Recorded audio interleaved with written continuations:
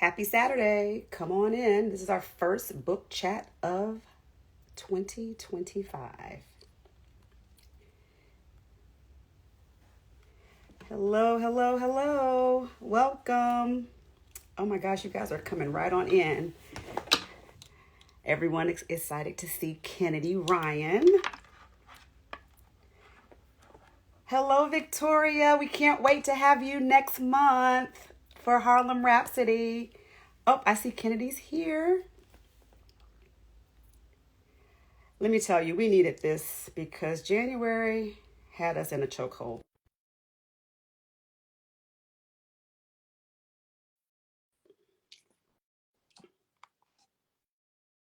Let me see if Kennedy's coming in here. Accept. Hello, gorgeous. Hi, Hi. how are you? I'm glad that it's February and no longer Me January. too. Happy Black History Month. Happy Black History Month. Apparently National Black History Month. National, exactly. Apparently, Now it's real. it's official It's now. official. It's official now. Hi, everybody. And you know everybody's going to start pouring in. I'm so thankful for you for doing this. I know, you're super busy, I'm but very excited about it. I'm let me excited about it. tell you, we had you welcome back because you were our June, I think 2023, like it was our summer reading series. Okay. I remember being here. I don't Yeah. remember what month it was, but And you I know what? remember Here's being the funny thing. Something was going on then because we had a deep conversation about it. I can't remember, but something was going on again. So here we are yet again. here. But I'm going to let me tell you, I'm just so excited for everything that's happening for you Thank and you. glad that we get to witness and be a part of it in this moment. So it's just all Oh, good things. there's a lot happening, and none of it would be possible without my readers. So many of them have been with me for a really, really long Yeah, time, and so I call them my OGs, your OG. So and all the new people Yes, too. But for it's just sure. it's an amazing time. Hi, Yes. everybody. So you guys, I'm gonna do a quick Okay. introduction and then we're just gonna jump right into it. You're gonna have to show us this fabulous cover because I gotta have this on my Oh, video yes. of you know which one I'm talking about with Hendrix on the Is it this? cover. Yeah, God, one more time. Okay. Okay. Oh my gosh, it's gorgeous, so It gorgeous. is. So, for those of you who don't know, welcome the new people. I'm Jamise. I am the founder of Diverse Spines. You can also find me over on Spines and Vines. And so every month we host a author chat, and our January book was Real by Kennedy Ryan, and she's with us today. And I'm so happy to have you here. I'm so happy to be here and to discuss Real because I mean, I don't have a favorite book. Like Okay.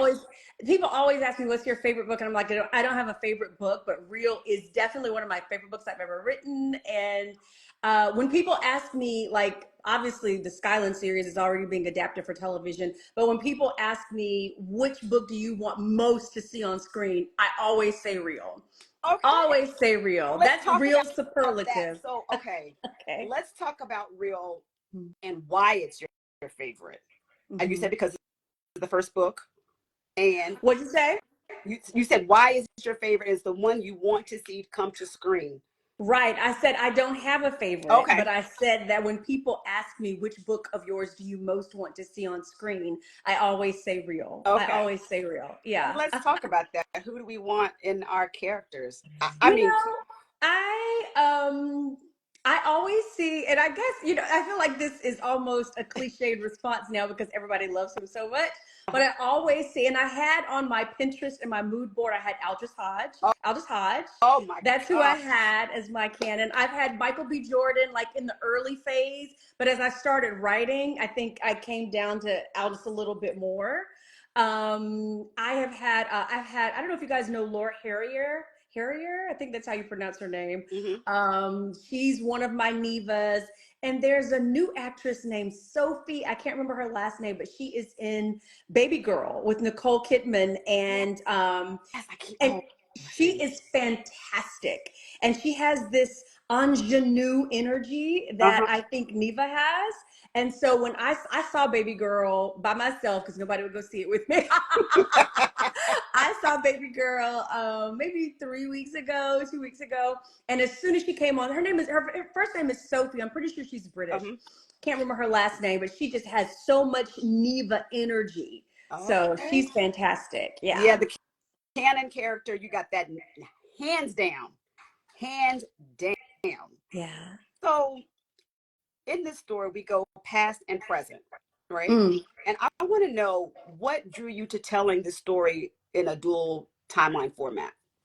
Yeah, it's interesting because as I was writing, I get really, really consumed. Like I think probably most writers do. But the research, and I may be a little bit like my journalism background, but I really lose myself in the research, and Mm-hmm. I do a lot of interviews, conduct a lot of interviews when I'm writing. Just finished one yesterday for Score, which is the next book in this series. Yes. Um, and as I didn't know that it was going to be so prominent. It was as I started researching, the Harlem Renaissance. I mean, by Mm-hmm. the time I was done with Real, I had a huge map on my wall of like Harlem Renaissance era Harlem, and I just had all the books, and I mean, I was consumed. And the more I learned, the more of Desi's story I wanted to bring out. Mm-hmm. I really went into this book thinking about, and this will tell my age, Halle Berry's introducing Dorothy Dandridge when Oh she did that yes. biopic. Mm-hmm. That's kind of like a guiding light for me as far as the way I see this biopic that is embedded in the story. Mm-hmm. And so it just kind of started growing. For one thing, I wanted there to be a continuity between the story, the main story, and the historical Yeah. script that's embedded. And so I don't want to be too spoilery, but like I didn't want it to be like, why would she have this here? It's more like when we see a scene from, because it's anyone who hasn't read it, it's like there's a movie that they're doing, a biopic they're Yeah. doing about a fictional character, Desi Blue, who is like your Billie Holiday, that kind of Josephine Baker, or 20s, 30s, 40s kind of black superstar, Mm-hmm. whose legacy may have been swallowed a little bit by systemic racism. One of those, people who moved to Europe, to escape racism here, Uh-huh. and who flourished somewhere else. So she's that kind of character. Mm-hmm. And I wanted it to be that when we have like, you're talking about how the script is embedded into the Yeah. story. I wanted it to be that, let's say you're reading an excerpt from the script, it immediately connects to the next scene. It's Mm-hmm. not just kind of randomly there, but it's constantly moving the story forward and connecting with the main story of the action, while also telling Desi's story, like telling key parts of Desi's story. And I really wanted to inspire readers to investigate, maybe people, Black Yeah. starlets and superstars who maybe they hadn't heard of, or whose legacies have been lost or undersung, Mm-hmm. or their accomplishments stolen, Yeah. commodified. Uh, That's a absolutely. big part of our giftedness and our the art that we make in this country. So much has been commodified and undersung and stolen, and so I really All the things. all the things. And so it's really a tribute to that. As a matter of fact, when you first open the book, the dedication is nothing but it's just a full page of Black artists and creatives from that era. Just some you would probably recognize and some you may not know. So yeah. Oh, I just love it so much. I mean, every time I talk to you, it's like I'm learning so much. And the dual timelines for me, it worked perfectly. Everything felt so authentic, Mm, and it just made you want, like you said, it makes you want to like dive in and learn more about the time period, the people from that time period. So yeah. it's just done masterfully. It's really, Thank really you. good. Thank Um, you. Canon and Eva. Yes. First of all, the way you opened this book. Mm, with his mom, Cannon and his mom. Yes, Yeah. his And mom. then, And then yeah. and then because And I then, remember I was in a horrible, horrible reading slump. And I was like, I don't know what to read. I said, let me try, Kennedy's always like making me feel good. And then I was like, holy, you know what? Like, seriously, Kennedy, this is how we're going to start this book? Yes.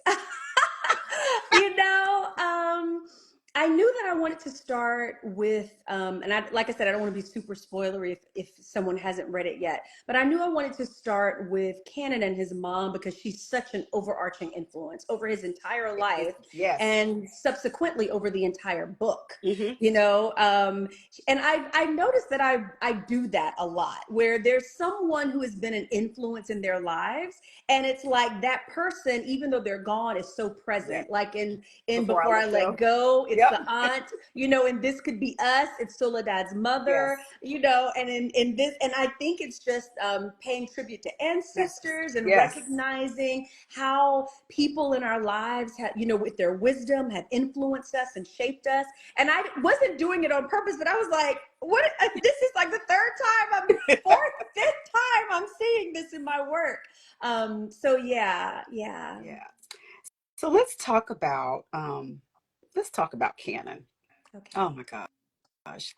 How did you develop this character? Is it Mhm. inspiration from someone you know? Um, just talk, I mean, because he's just like swoon worthy. He's like the perfect gentleman. I loved everything about this character. This man. You know, he in the beginning he's a little bit of an asshole, He is. He right? is. But Um, I mean, he and some earned and the right. yes, and part of that honestly comes from people ask me sometimes, what character do you feel like you're the most like? And they're so surprised when I say Canon. Victoria Christopher Murray said, yes, Let's let's talk about talk Canon. about Cannon. Yes, please.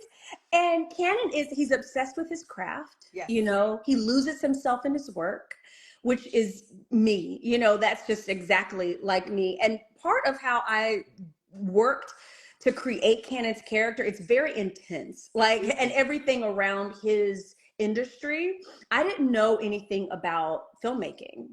And so I took maybe 6 weeks to do nothing but, you know how you get those what are they called, I can't even think of it, master classes, Mm-hmm. video master classes.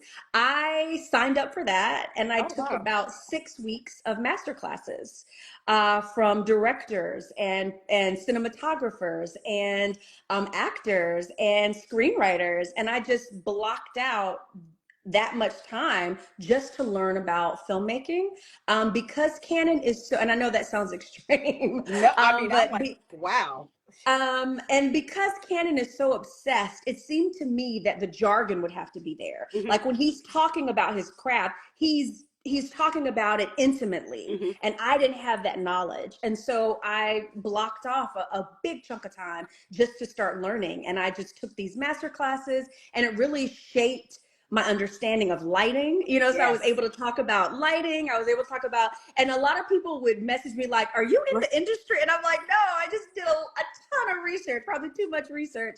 And then I talked with the partners of directors, like their wives or their, you know, their partners, their girlfriends. There were Mm-hmm. a few that I knew, and I talked with them, and they really talked about how when you are married to a director like this, it's like they're Mm-hmm. underwater, and you constantly feel like you're like, are you down Yes. there? You know, and how consumed they are. And then there was so that's what people see on the outside, is this obsessed guy who's just hard nosed, very focused. But I started with his mom because I wanted readers to know this is in there. Mm-hmm. Like, this is who shaped him, this is who raised him, and that's what's planted inside of him. And it was really important. And, you know, when you're a writer, you're constantly looking for ways to create tension, to up stakes, to make Mm-hmm. this feel necessary, to make it feel like, oh my gosh, it's going to be so hard.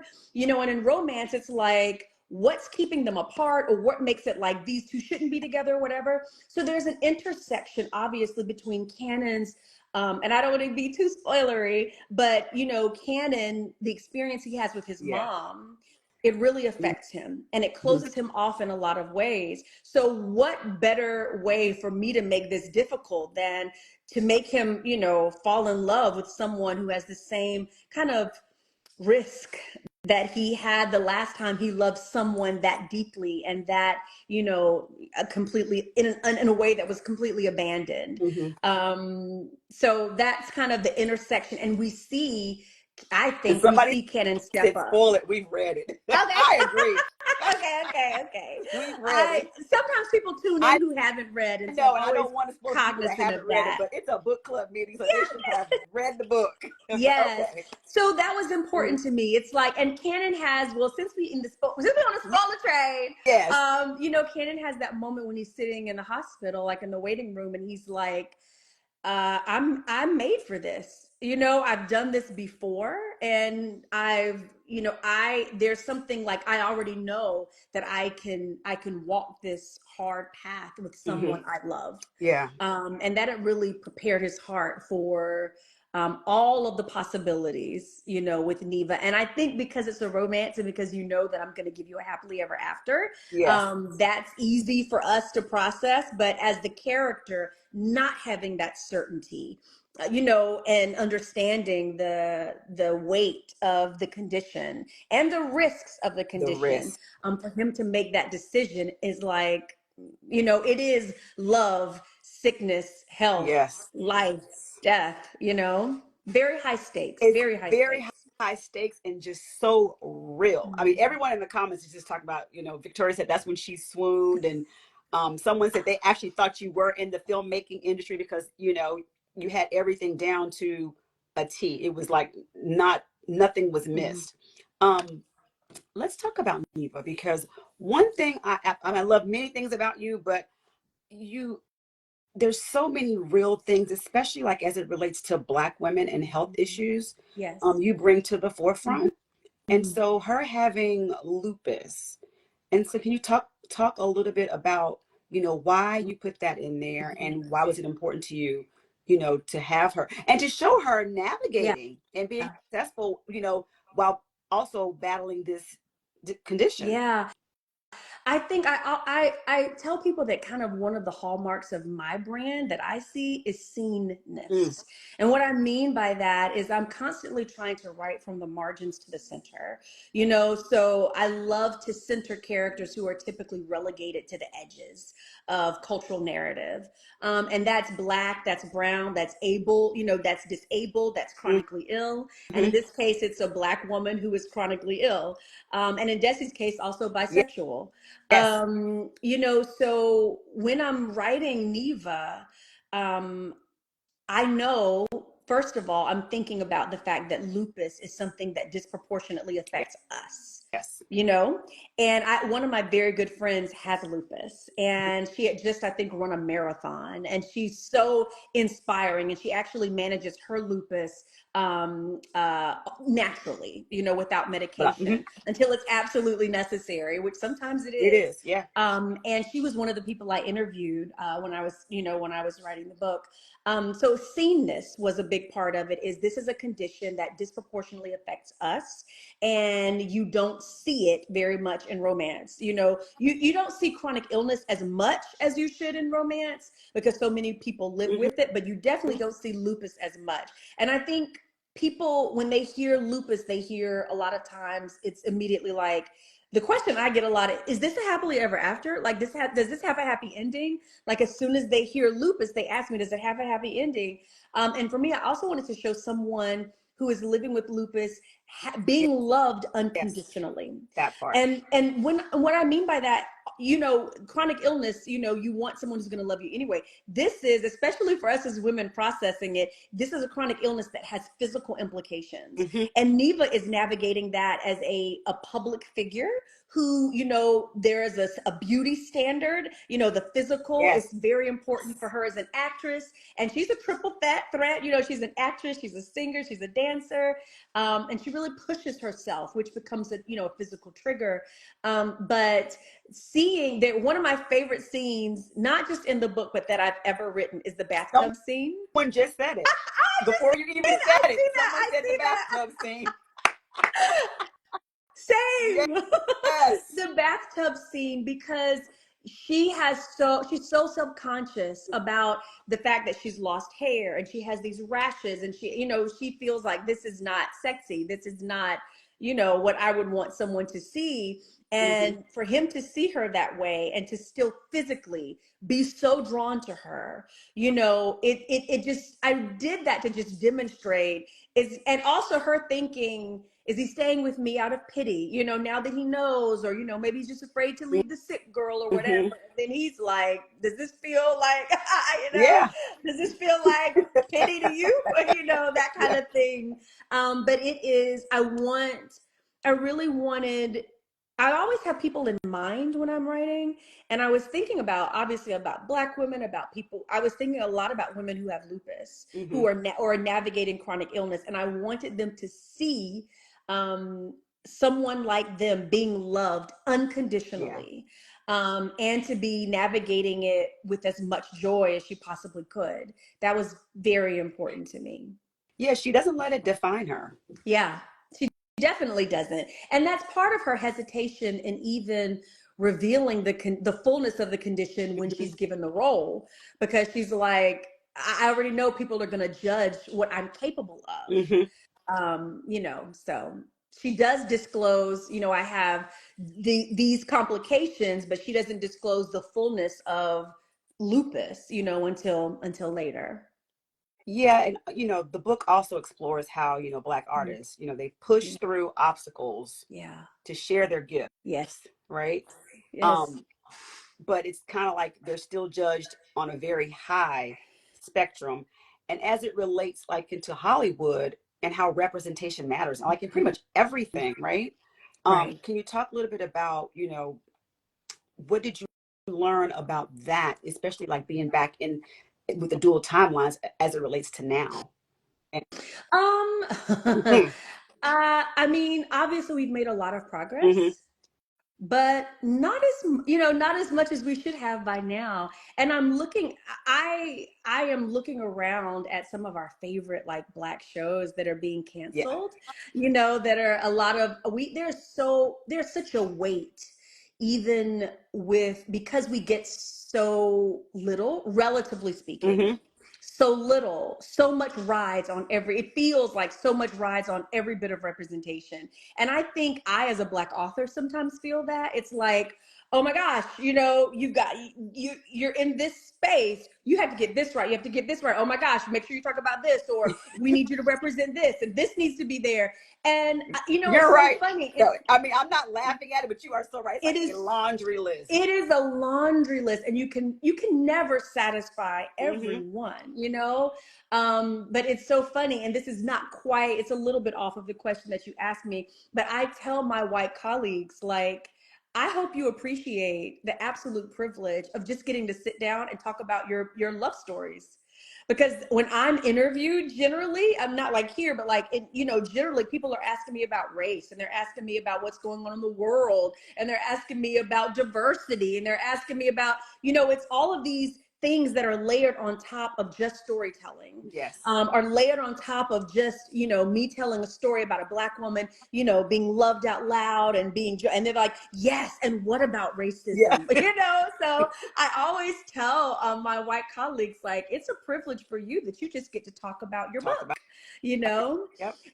But one thing that there's a little bit of it in the story when Cannon talks about Spike Lee, and he talks about how, Spike Lee stood in his convictions and was prepared to make the movie. I think it was Malcolm X, to make the movie. Like, if you don't want the studio, if you won't do it, I have got a list That of Black folks over here who I will tap into to pay for this movie so that I can stand in my and convictions, tell the um, story the way that and he tell wants the to tell story. the story. Yeah, I think that our unvarnished voices is very important. There's so much debate now about, uh, white women telling Black stories. And it saddens me sometimes when I am on like TikTok or places like that, and I see Black creators with huge followings who only ever promote white authors, Mhm. or who, when they promote Black characters, they're written by non-Black Yeah. authors. Yeah. It's astounding to me, the dissonance. So yeah. Yeah. I'm not even going to comment on that. I have that'll be a whole another 30 minutes. but Yeah. um, so music plays a big role. And I know we got to wrap up really quick, but music plays a big role, right? Yeah. Did you have a playlist while you were listening to this? Yeah. You know, I mean, I have like, I'm on hmm Spotify, and so all my books have okay, playlists. So it may be in that version, like a QR code that takes you to the playlist. But yeah, I had a playlist for all my books. okay. And I don't remember all the songs that are on the playlist because it was a long time ago. But when I'm writing, I usually am only listening to that playlist. So I people love are like, that. oh, did you hear the new this or that? And I'm like, nope. Because for the last 4 months, all I've been doing is listening to my playlist, Your for, playlist, yeah. for my books. Yeah. So that now obviously I'm writing Score now, which is Monk and Verity's story, which is I have been waiting to write this book for 3 years, So let me tell you, this was new to me, so I hadn't realized that this had been out, Yeah. right? So Okay. Yeah, yeah, yeah, yeah. so it was new to me. But then I saw that it was getting re-released. And let's talk about the cover. Oh my God, this Yes. cover is absolutely Yes. stunning. And I didn't realize they were doing the metallic finish. They did it as a surprise. So It's when I got to see the metallic finish, I was so delighted. it's absolutely stunning. Yeah, It yeah. is. So let's talk about what's next. It's Mhm. really, I mean, we got oh God, there's so much going on. What's next? You're writing Monk's story, right? Yes, right now I'm writing Monk and Verity's story, which is called Mm-hmm. Score. And it is I when I say I've been waiting like 3 years to write this story, some people, like you were saying, may not realize that Real came out in 2021. 2021 No is idea. 2022. I think it came out in 20, I can't remember now. No, 2021. Real original, because I released it as an indie author. I released it as an indie, and it Okay. came out in 2021. And I was immediately going to start writing Score. And then my Hachette approached me about writing the Skyland series, Mm-hmm. or rather, my agent approached me about writing traditionally, Mm-hmm. because we had traditional publishers coming to us saying, "Is Kennedy ever going to come back to traditional publishing?" And so that's when, before I Let Go happened, and a lot blew up with that. And so I had to write 3 books for them before I could get back to Okay. Score. And so I have actually been like taking notes for this story and gathering songs and tidbits for 3 years, so this story is kind of waiting for me. It's very, very intense. It's a high angst story.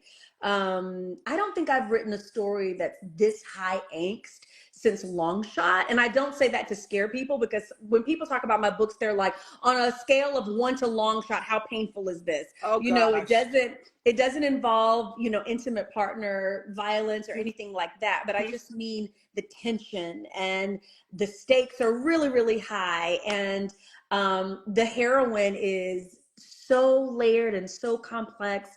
Maybe one of the most complex heroines I've ever written. I mean, I have a stack of I have 6 books that I'm reading right now as I'm creating this heroine's character. And I still feel like completely out of my depth.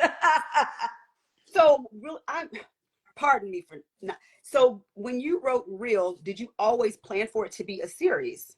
Okay. Yeah, I did actually. Okay. Yeah, I mean, when I'm writing, like when I wrote the Hoop series, when I wrote this series, I kind of will drop these, like I have these secondary characters, and I'll Yes. kind of just give you a little peek at what's going to happen for them. And so for Monk and Verity, you have the tension, and then you have like one of my favorite moments for them is when he's playing the song Billie Holiday wrote about her cheating husband, which is Don't Explain, and they just have this moment. And Yes. then, of course, with Evan, you have tension with him and the costume designer. It's kind of like just giving nuggets about. So I always did know that it was going to be 3 books.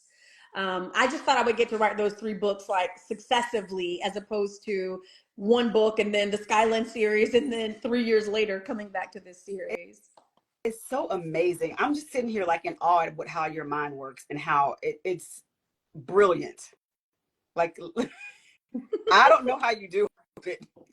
Thanks. Absolutely, Happy absolutely, Black History yes, Month. absolutely brilliant. I can't wait for what's next. So Yes. And we have Hendrix first, of course. Hendrix May is coming. 13th, Hendrix is So first. we got Yes. Couple more minutes. Hendrix is coming. When is Hendrix coming? Oh my gosh. Hendrix is coming May 13th, and people have been like, I'm refreshing NetGalley, I'm refreshing NetGalley. I will just say, stay on your toes, keep your eyes peeled. Very, very, very soon, it will be up on NetGalley. So I'm really excited about that. We've only sent out just a few of these, I like know. to I didn't get one. well, people saw some people with these, and we had an event for real. My Uh-huh. publisher hosted an event for real in New York, and there were some influencers there, and they just sent a few of the influencers the book as like a thank you for attending, that kind of thing. And a few like librarians, maybe booksellers, people Mm-hmm. like that, but not many people have it at all. And I'm so nervous about everybody reading it. Like, oh my Why are gosh. you nervous? This is who we've been waiting on. I've been waiting on her since before I let go. I That's why knew. I'm nervous. That is exactly why I'm nervous, because so many people love Hendrix and they're like, that's my favorite character, and they Oh haven't even read yes. her book. And it's good pressure, but I'm like, I just want her book to be, first of all, Hendrix's book, I think Hendrix's book is possibly the spiciest of the three. Okay. I I can see think. that. And what'd you I can say? see that.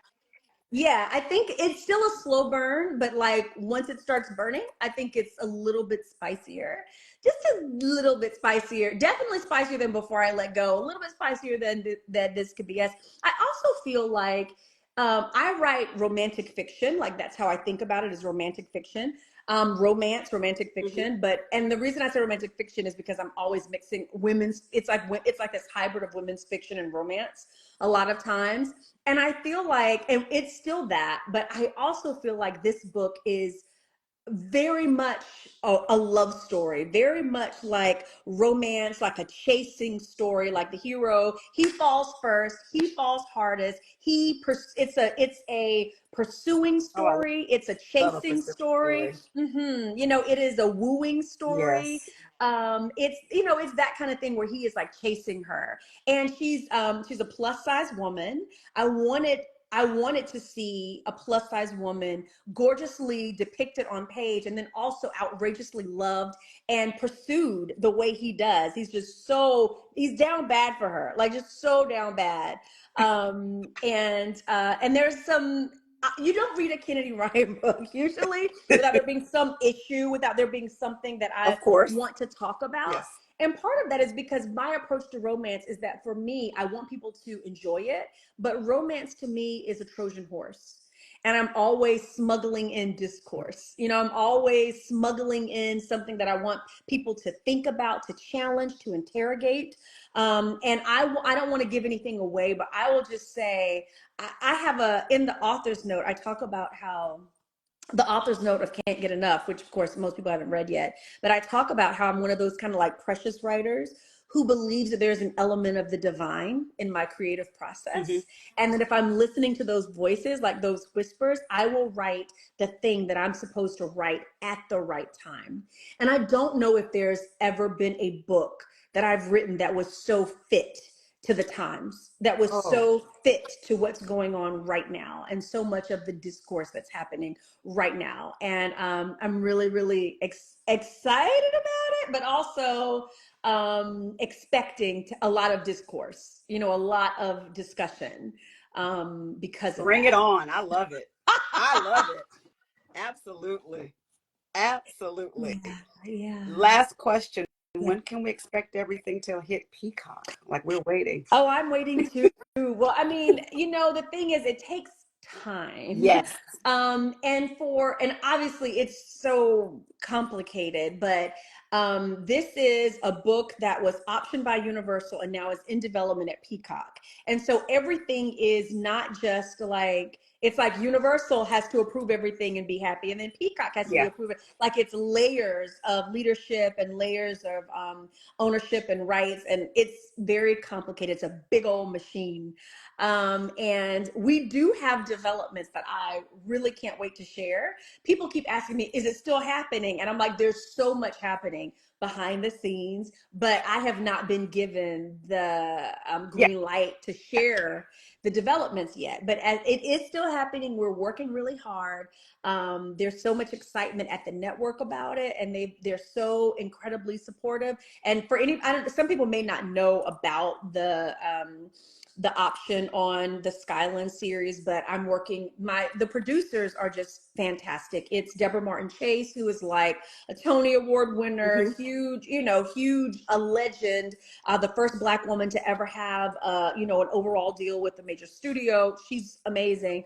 Deborah Martin Chase, Malcolm D. Lee, of course, who is behind the Best Man, Mm-hmm. franchise, Gonna be and then John Legend, it's going to be and his team higher at Get ground. Lifted. Mm-hmm. So to Lifted, yep. have all three of them producing this, and I'm an executive producer, but to have the three of them, behind this, and Peacock and Universal, it's just, we're taking our time, hopefully, to get it right.